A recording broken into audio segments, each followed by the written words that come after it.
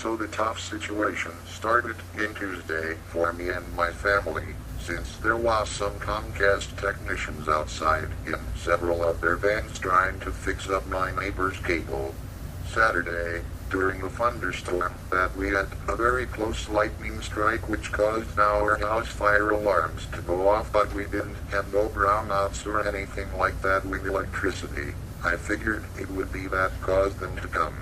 Yesterday we saw some clouds from the east and figured that lightning struck their center, but it wasn't that. My mom and my brother witnessed that there was trucks outside of our house trying to fix up our next door neighbor's cable, and that was the time my mom got home from doing her errands. 5 to 10 minutes later they were working on cables and they ended up disconnected ours. The technicians are supposed to be smart enough. I know they are getting paid a lot, but they should have taken pride of their work more, not just screw around with the customers like that. Couple months ago we had the same thing happen, but it only happened for a couple of hours, but now it happens for one day at least for now. I read up their website that once your cable is down then you'll lose your DD, internet, and phone service. The night we got disconnected we thought it was the Aris router we got from them was giving us trouble, but no. If we bring it back today then it will make the same issue over and over again. It would make more sense it was the cable, because we don't get any DD. My dad called them up in his cell phone and there was an Indian man helping him, but he says that what he can do is to bring out a technician in Thursday afternoon, but the thing is that we wouldn't be home to meet the tech guy due to appointments. This morning my mom called them on my cell phone and they said the same thing over and over again each time we called. They kept on saying that there is no technicians on our area to fix our problem. I had job trained as a technical analyst at a hospital before, and my mind always said this. Before you do something the hard way, always do some diagnostics to see it works or not working. It will save you times and you don't just be wasteful. It's not really necessary to be wasteful while a machine you assigned to fix is working. We didn't get paid a visit from them, so I figured it must be an outside thing, since it will make sense that way. The thing is that I am using data from my smartphone's hotspot to my E6420, since I had been disconnected, and I'm going to use it at the place I'm staying in New York. Hotspot plans are normally very limited data caps, so I'm trying to use that up wisely.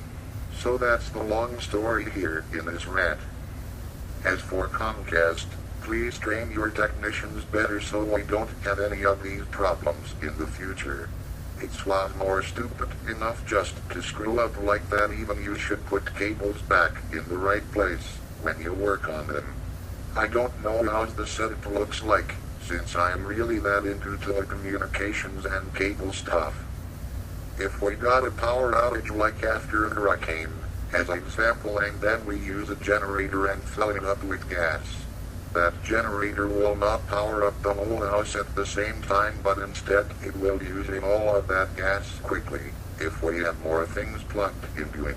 It's always good to know what makes common sense. If AT&T is better than Comcast, then I'll switch to AT&T. That word really describes as monopoly, because they will lose a customer if they keep on doing this. I live in a neighborhood that it discounts Comcast, so we depend on their service. A few years ago, before we upgraded into this service that we have now, we had like 10 to 15 down and 1 to 12 compared to 55 to 57 down and 12 up that we have now.